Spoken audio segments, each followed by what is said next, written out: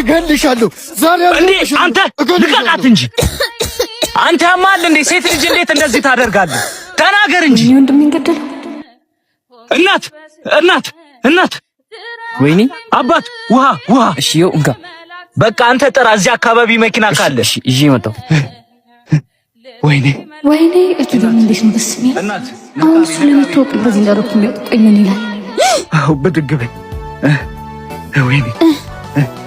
ወይኔ ጉዴ ደገፈ በይ እዚህ ጋር እናት እንዴት ነሽ አሁን ደህና ነሽ? ደህና ነኝ። ቆይ ልጁ ምን አድርገሽ ነው እንደዛ አንቆሽ የነበረው? ኧረ እኔ ምንም አላደረኩትም። ለምን ራሱ እንደዛ እንዳደረገኝ አላ ኧረ እሱንማ እንዴት አታውቂም? ምንቺት ምናምን አድርገሽበት ነው?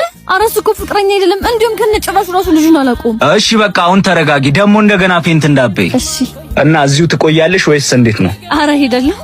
እሺ ቀስ በይ